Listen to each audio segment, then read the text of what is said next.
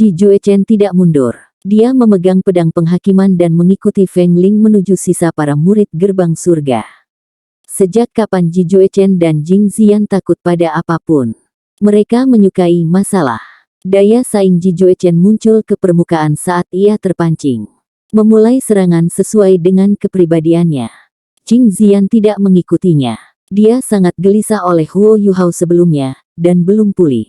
Selain itu, dia juga merasakan sesuatu dari tekanan spiritual luar biasa yang dibawa oleh Huo Yuhao. Dia butuh waktu untuk mencerna semuanya.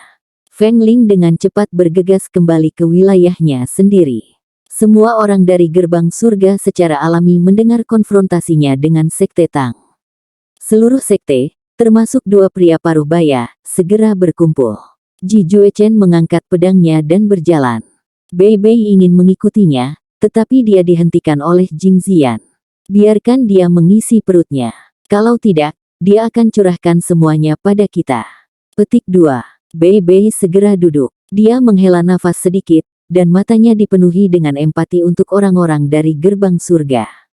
Bibir Jing Ziyan bergerak sedikit. Orang seperti apakah kamu? Bei Bei tersenyum dan mengungkapkan serangkaian gigi putihnya. Aku orang baik. Jing Ziyan menoleh dan mengangkat bahu. Sejak dia datang ke Tang Sekte, dia lebih sering tersenyum. Kamu siapa? Apa yang kamu inginkan? Salah satu pria paruh baya berteriak pada Ji Juechen saat dia berjalan. Ji Juechen memegang pedang penghakiman. Saat dia bergerak maju, auranya sangat berubah. Seolah-olah dia dan lingkungan sekitarnya telah berasimilasi. Namun, lingkungan tidak berasimilasi dengannya. Sebaliknya, ia berasimilasi dengan lingkungan. Segala sesuatu di sekitarnya menjadi sangat sunyi. Bahkan kicau burung yang bisa didengar sebelumnya menghilang. Dunia yang penuh warna dan cerah berubah redup dan abu-abu. Kedua pria paruh baya itu mulai serius. Ji Juechen akhirnya berhenti. Entah kau mengalahkanku atau aku akan mengalahkanmu. Saat dia berbicara, dia mengangkat pedang penghakimannya dan meraihnya dengan kedua tangan. Dia mengangkatnya tinggi-tinggi di atas kepalanya. Cahaya aneh memanjang dari gagang pedang. Dua cincin kuning, dua ungu, dan dua jiwa hitam dengan cepat bangkit dari kaki Ji Juechen. Namun, cincin jiwa ini berubah abu-abu di saat berikutnya. Seluruh tubuhnya menjadi abu-abu juga.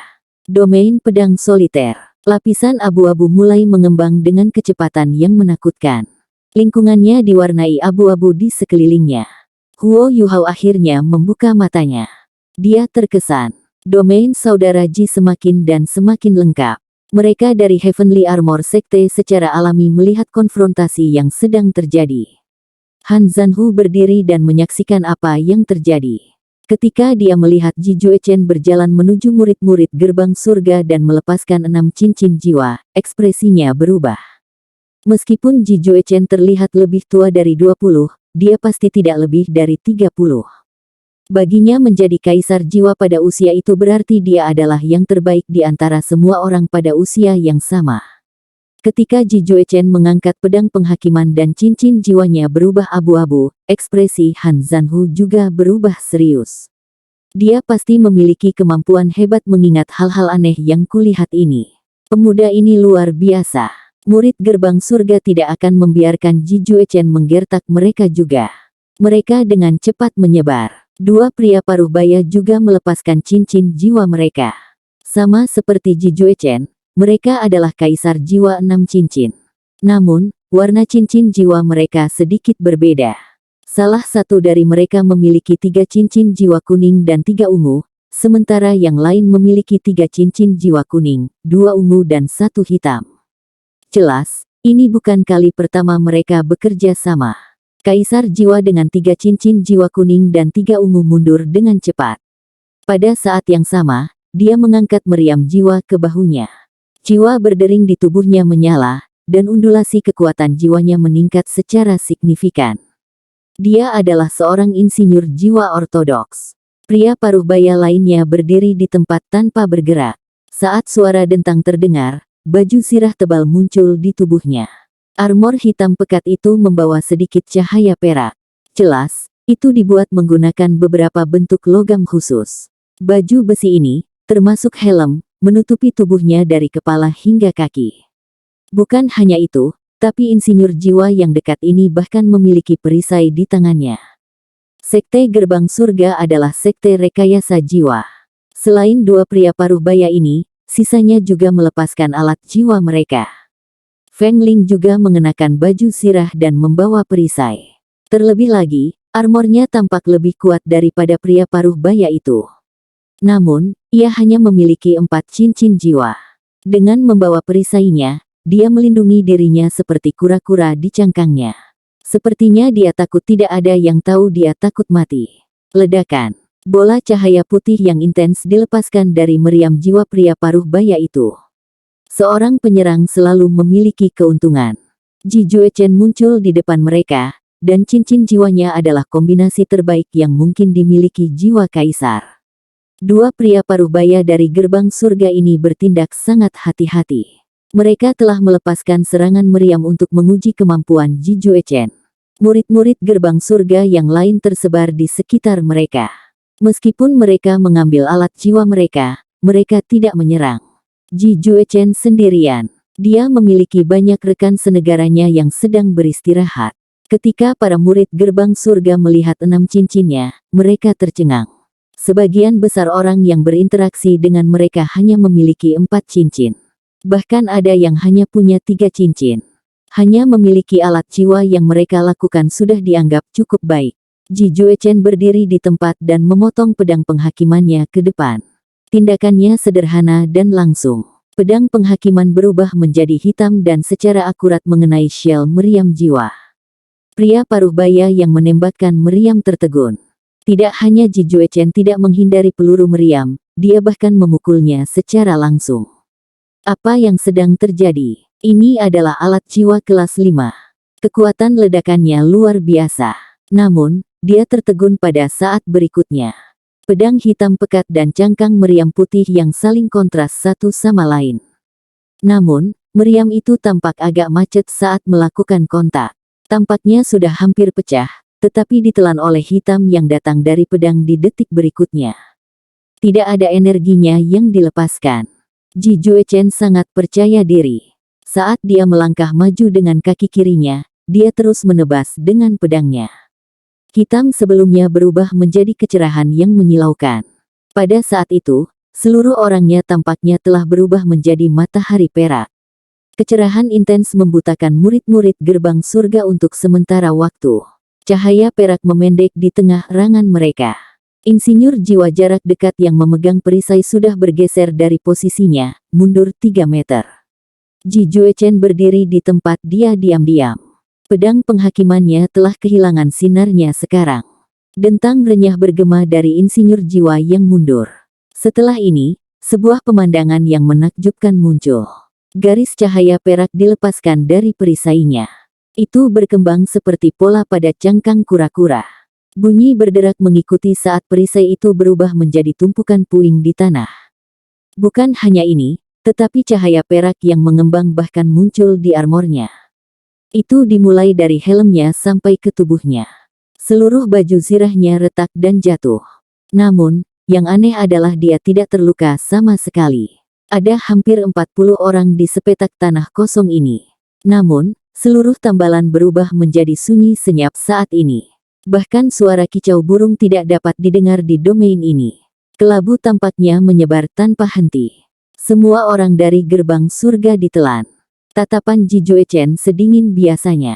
Namun, dia tampak jauh lebih kecewa kali ini. Dia dengan lembut menggelengkan kepalanya dan berbalik.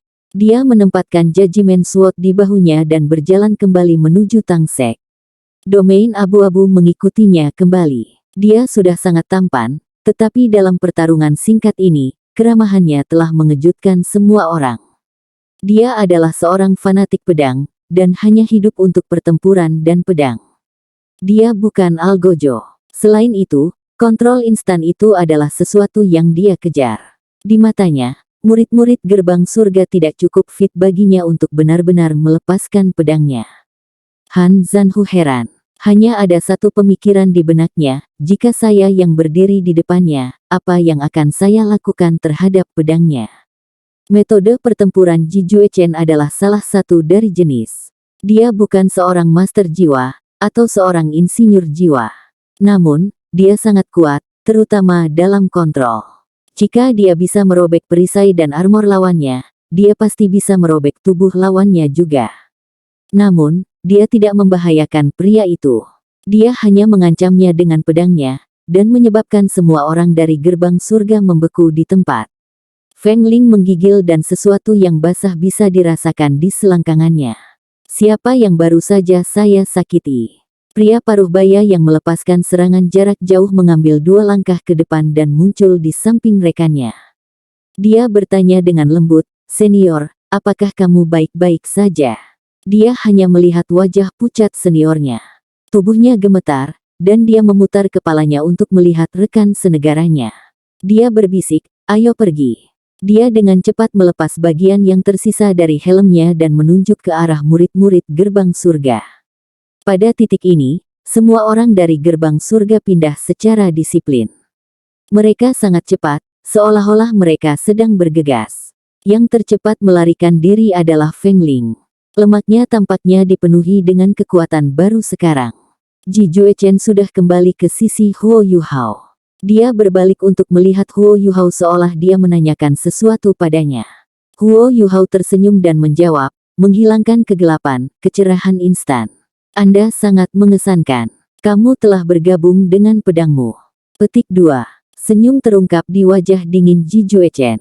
Itu adalah senyum langka.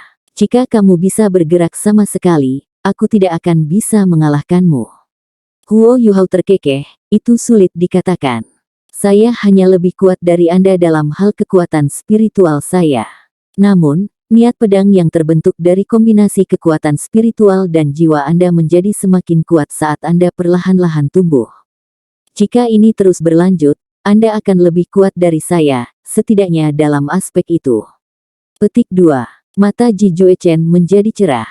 Dia sepertinya mengerti sesuatu, dan mengangguk ke arah Huo Yuhao. Biarkan aku tidur sebentar. Huo Yuhao masih berbaring di pangkuan Wang Donger. Baik, Ji Juechen mengakui kata-katanya dan kembali ke posisi semula. Tanda hubung. Setelah orang-orang dari gerbang surga pergi, Sekte Armor Surgawi juga mulai bergerak. Sebelum mereka pergi, Han Zanhu pergi untuk berbicara dengan Bei Bei lagi. Namun, nada suaranya agak berbeda dari sebelumnya.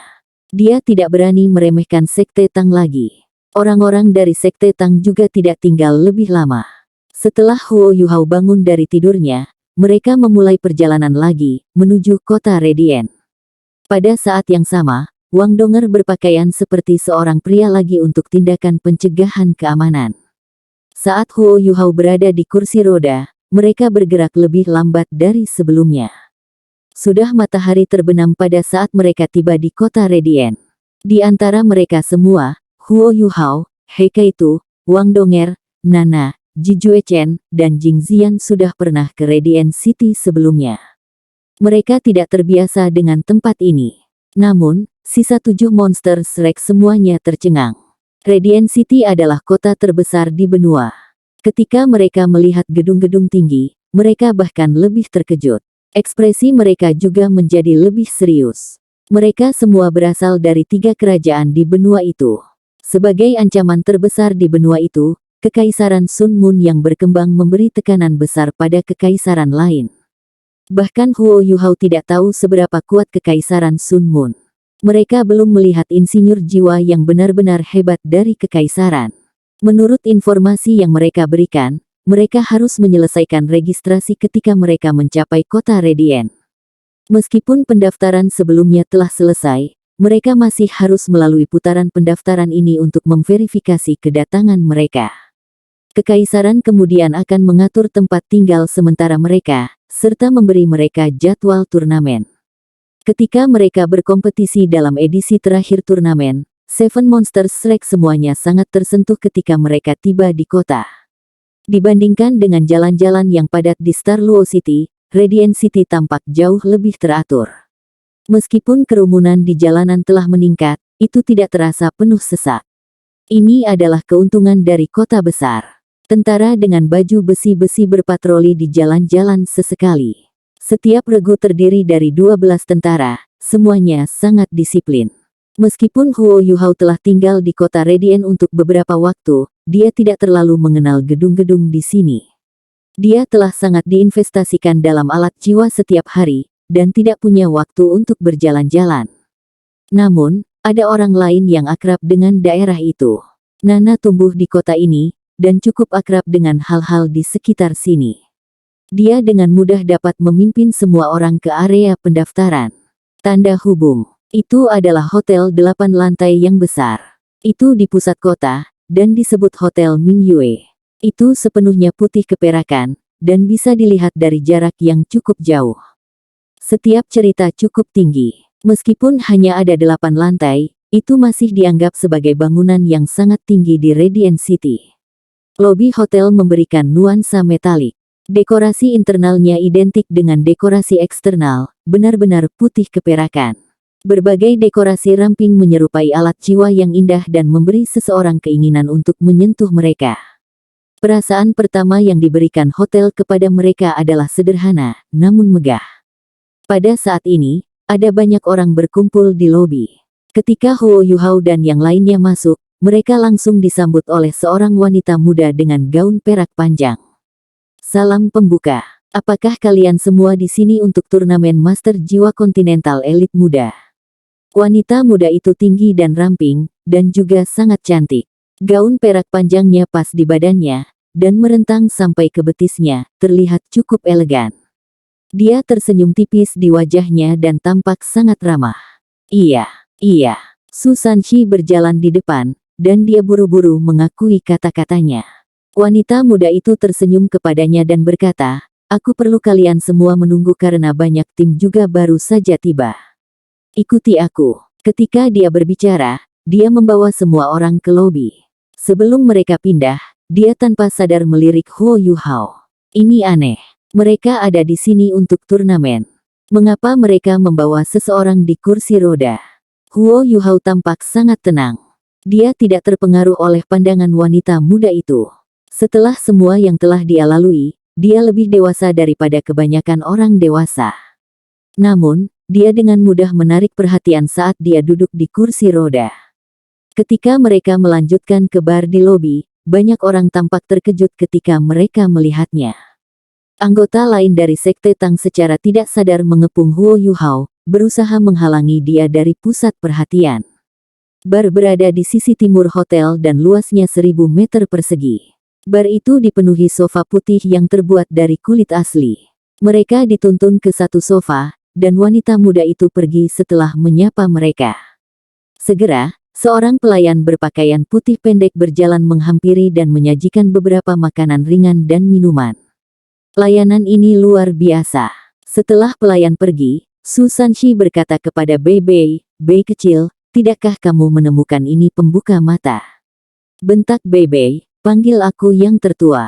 Pembuka mata apa? Lihat dirimu. Kamu menjadi bejat lagi." Petik 2. Su Sanshi segera duduk tegak dan berkata, "Jangan mengutarakan omong kosong. Siapa yang tidak tahu bahwa saya orang yang paling jujur dan dapat diandalkan? Hanya ada Nanan di hatiku. Selain dia, aku bahkan tidak akan melihat gadis-gadis lain. Tentu saja, itu tidak termasuk Donger, Xiao Xiao, Nana, dan Sister Zian." Petik 2. Semua orang tersenyum ketika mereka melihat ekspresi jujurnya. Huo Yuhao juga tertawa. "Ketiga senior, apakah kamu benar-benar yakin tentang dirimu? Apakah Anda yakin tentang itu?" Petik 2. Su Sanshi merasa malu. "Yuhao, jangan membuatku malu. Saya bekerja ke arah itu. Ini semua karena Nanan. Meskipun saya menarik banyak gadis dengan pesona saya di masa lalu karena saya terlalu genit, yang bisa saya lakukan sekarang adalah tampil kurang mesum." Petik 2. Bei menggelengkan kepalanya dan menghela nafas. "Beraninya kamu menyebut dirimu mempesona di depan Brother Ji. Saudara Ji, saya bukan orang yang suka pada orang lain, tapi saya pikir Sanshi telah membuat penemuan baru dalam hal keterampilan jiwanya, melihat betapa kurang ajarnya kata-katanya. Ketika kami menetap nanti, Anda harus benar-benar berdebat dengannya untuk meningkatkan kultivasi Anda." Petik 2. Su Sanshi sangat marah. Bei, kamu. Saudara Ji, jangan dengarkan omong kosongnya. Saya mendengar dari dia kemarin bahwa Holy Light Dragon-nya telah bangkit, dan dia telah mempelajari langkah baru. Kamu seharusnya berdebat dengannya. Petik 2. Ekspresi Ji Juechen tidak berubah. Dia hanya mengangguk pada Bei dan berkata dengan tenang, baiklah. Setelah itu, dia menoleh ke Su Sanshi dan juga mengangguk padanya sebelum berkata dengan setuju, baiklah. Baik. Bei dan Su Sanshi tercengang. Bei berkata tanpa daya, menyakiti orang lain tanpa membantu dirimu sendiri. Apakah ada gunanya? Petik 2. Su Sanshi tertawa dingin, bagaimana menurutmu? Kaulah yang memulai segalanya. Petik 2. Heikaitu memperhatikan mereka berdua dari satu sisi, dan merasa geli. Tapi dia tidak membuat suara. Para wanita di belakangnya juga tersenyum. Ketika Bei dan Su Sanshi bersama, mereka selalu saling mengejek kurang dari 3 kalimat setelah percakapan mereka dimulai. Huo Yuhao menutup matanya saat dia mendengar pertengkaran seniornya. Sepertinya dia akan tidur lagi. Namun, Bei dan Su Sanshi menjadi tenang ketika mereka melihatnya menutup matanya. Mereka tahu itu mewakili sesuatu. Memang, adegan aneh disajikan dalam pikiran semua orang pada saat ini. Gambar yang muncul di benak mereka berasal dari sudut pandang tinggi sambil memandang ke lobi hotel. Semua orang bisa dilihat. Mereka disajikan dalam warna kali ini, tetapi warna-warna itu hanya terbatas pada hitam, ungu, kuning dan putih. Jumlah orang juga secara bertahap berkurang. Pikiran Huo Yuhao terdengar di benak semua orang, saya sudah mengecualikan mereka tanpa undulasi kekuatan jiwa. Hitam mewakili penanaman setidaknya 7 cincin, ungu mewakili 4 atau 5 cincin, kuning mewakili 3 cincin dan putih mewakili 2 cincin dan di bawah. Dari kelihatannya, ada 34 orang berbaju hitam, 216 orang berbaju ungu, 78 orang berbaju kuning, dan kurang dari 50 orang berbaju putih. Semua orang terkejut ketika mereka mempelajari segalanya dengan bantuan deteksi spiritual Huo Yuhao. Dengan Huo Yuhao di sekitar, mereka tidak perlu menggunakan mata mereka untuk melihat. Mereka bisa merasakan semua informasi. Ada banyak tim yang bersaing di turnamen ini, dan orang-orang ini tidak semuanya. Namun, ada lebih dari 30 sage jiwa di antara mereka yang mendaftar sekarang. Tidak diragukan lagi, mereka adalah guru dan pemimpin tim yang ada di sini untuk bersaing di turnamen. Itu juga membuktikan bahwa banyak sekte dan akademi memperlakukan turnamen ini dengan sangat serius. Penting untuk mengetahui bahwa sage jiwa adalah masalah besar di mana-mana di benua ini. Untuk turnamen ini, setidaknya 1/5 dari semua master jiwa yang luar biasa di benua itu akan dikumpulkan di kota Radiant.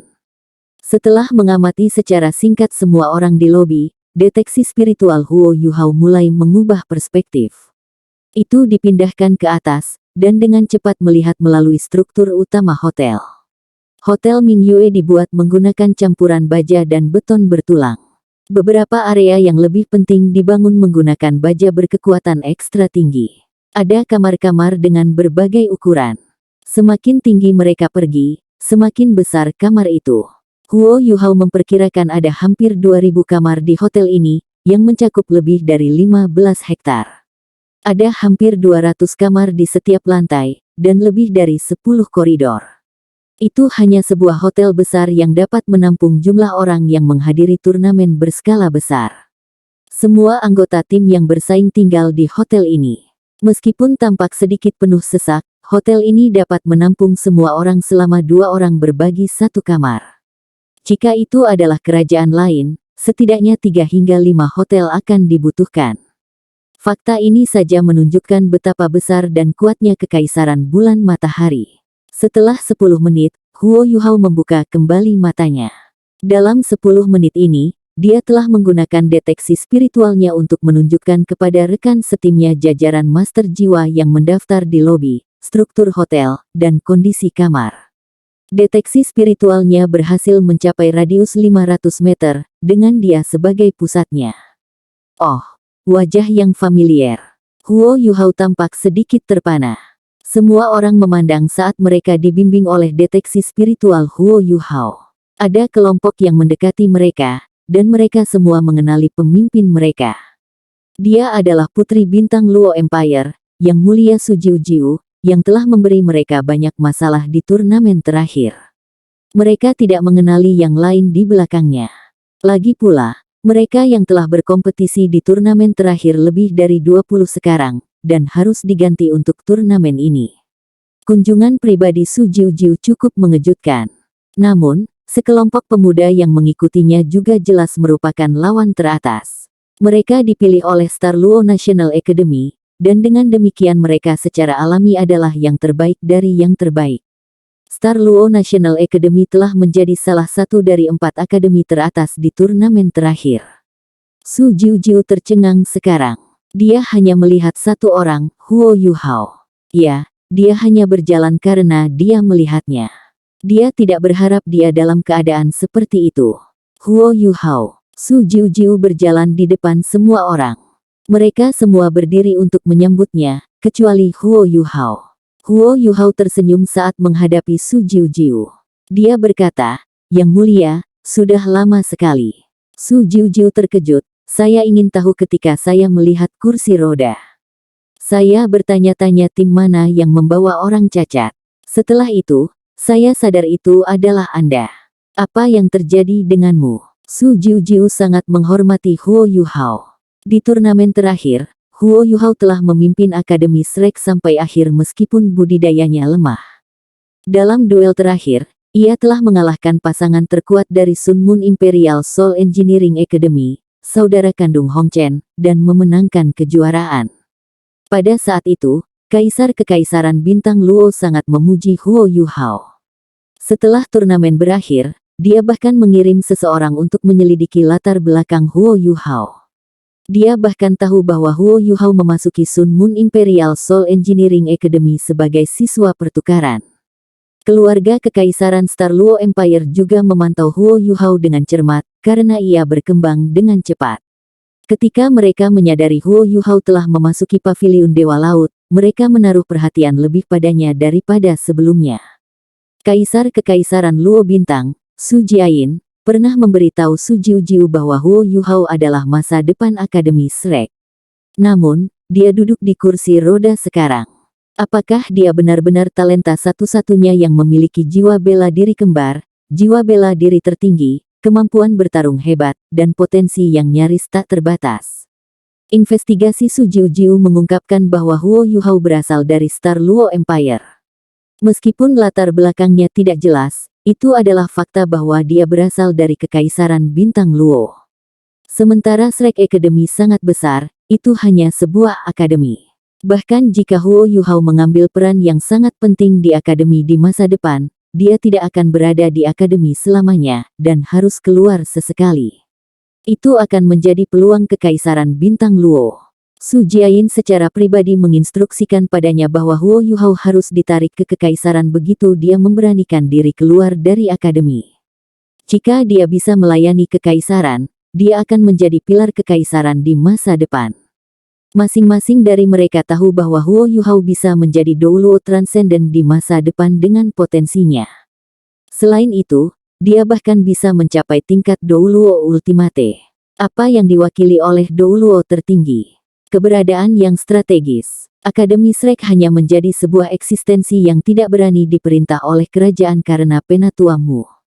Jika Douluo berjudul bisa melenyapkan kota, Douluo utama bisa mengubah hasil perang. Meskipun ada aturan yang tidak diucapkan bahwa seorang guru jiwa dari tingkat tertentu tidak bisa menyerang orang biasa, ancaman yang dibawa oleh seorang guru jiwa yang kuat kepada musuh-musuhnya sudah cukup menakutkan. Selama beberapa tahun terakhir, militer Kekaisaran Sun Moon telah sangat aktif. The Star Luo dan Heavenly Soul Empires berada di bawah tekanan besar. Ini terutama berlaku untuk Kekaisaran Luo Star, kekaisaran terkuat kedua di benua itu. Jika mereka bisa menarik Huo Yuhao, dan bahkan Akademi Shrek, ke pihak mereka, Kekaisaran Luo Bintang akan menjadi cukup kuat untuk menantang Kekaisaran Matahari Bulan. Setelah turnamen terakhir berakhir, mengapa tulang kiri Ice Empress Scorpion berakhir di tangan Huo Yuhao seolah-olah itu adalah hadiah? Itu adalah umpan dari Kaisar Kekaisaran Bintang Luo. Hanya saja mereka tidak memiliki kesempatan untuk berinteraksi setelah itu. Hari ini, Su Jiujiu terkejut mengetahui bahwa Huo Yuhao duduk di kursi roda. Wajahnya pucat, yang mengungkapkan bahwa ia menderita semacam penyakit. Karena dia telah memantau Huo Yuhao, dia jelas tentang betapa pentingnya dia untuk Akademi Shrek. Dia berakhir dalam kondisi seperti itu meskipun dia dilindungi oleh titel Douluo dari Akademi Shrek. Apa yang sebenarnya terjadi? Su Jiujiu cukup tajam. Dia bisa mengatakan bahwa memang ada masalah dengan kaki Huo Yuhao. Selanjutnya, lengan kirinya juga tampak sangat kaku. Mereka terkulai dan tidak sejalan dengan tubuhnya. Dia sepertinya tidak berakting. Terima kasih atas perhatian Anda, Yang Mulia. Saya hanya mengalami beberapa masalah. Huo Yuhao menjawabnya dengan tenang. Huo Yuhao terkesan dengan bagaimana Kaisar mencoba menariknya ke sisinya. Dia juga memiliki kesan mendalam tentang Su Jiujiu. Sangat disayangkan bahwa Su Jiayin dan Su Jiujiu tidak tahu bahwa Huo Yuhao memiliki hubungan dekat dengan Duke Harimau Putih. Justru karena Duke Harimau Putih Huo Yuhao punya rencana sendiri. Dia tidak bisa ditarik ke samping mereka. Tidak mungkin masalah kecil karena dia di kursi roda. Su Jiujiu mengerutkan alisnya, tapi dia tidak mungkin menunjukkan ini. Dia ragu-ragu sejenak. Dia menyapa seluruh anggota timnya dengan sopan sebelum bertanya kepada Huo Yuhao, karena kamu sudah dalam kondisi ini, apakah kamu masih bisa bersaing? Selanjutnya, Anda semua adalah juara bertahan. Mengapa kalian semua menunggu untuk mendaftar? Menurut aturan, 8 besar dari turnamen sebelumnya memiliki prioritas registrasi. Kami baru saja menyelesaikan pendaftaran kami. Petik 2. Huo Yuhao menjawab, kami tidak mewakili Akademi Shrek kali ini. Saat dia mengatakan ini, ekspresi Su Jiujiu berubah lagi dengan takjub. Mereka tidak mewakili Akademi Shrek. Dia memindai semua orang, dan melihat barisan lengkap dari turnamen terakhir. Tak satu pun dari mereka yang hilang. Mengapa mereka tidak mewakili Akademi Shrek? Sebagai putri dan pemimpin Departemen Intelijen, Su Jiujiu mulai memikirkan hal-hal lain. Ketika dia memperhitungkan kondisi tubuh Huo Yuhao, dia langsung percaya bahwa Akademi Shrek dalam masalah besar. Bei dapat mengatakan bahwa dia terlalu banyak berpikir dari ekspresinya. Dia buru-buru berkata, Yang Mulia, Anda terlalu banyak berpikir. Kami tidak mewakili Akademi karena aturan baru. Namun, kami masih menjadi bagian dari Akademi. Akademi mengirim tim lain. Petik 2. Su Jiujiu tertegun sejenak. Ekspresinya kemudian dipulihkan, dan dia berkata dengan kaget, jika kalian semua tidak mewakili Akademi, maka... Bei tersenyum dan menjawab, kami mewakili Sekte Tang. Tang Sekte. Su Jiujiu tidak memiliki ingatan yang mendalam tentang sekte kuno yang telah menghilang selama bertahun-tahun. Namun, Sekte Tang pernah terkenal di benua itu. Itu sebabnya dia dengan cepat bereaksi. Kalian semua telah bergabung dengan Tang Sekte. Su Jiujiu bertanya.